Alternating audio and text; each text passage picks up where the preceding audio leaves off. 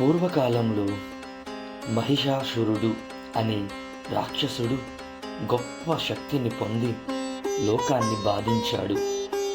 ఏ దేవుడు లేదా మనిషి అతనిని ఓడించలేకపోయాడు. దేవతలందరూ సహాయం కోసం ప్రార్థించారు. వారి సమిష్టి శక్తి నుండి దుర్గామాత సృష్టించబడింది. ఆమె బలంగా, ప్రకాశవంతంగా 10 శక్తివంతమైన చేతులతో ఉంది. ప్రతి దేవుడు ఆమెకు ఒక ప్రత్యేక ఆయుధాన్ని ఇచ్చాడు.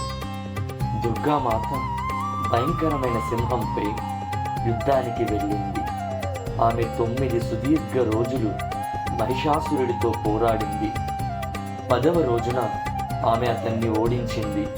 శాంతి తిరిగి వచ్చింది మరియు ప్రపంచం ఆమె విజయాన్ని వేడుకగా జరుపుకుంది.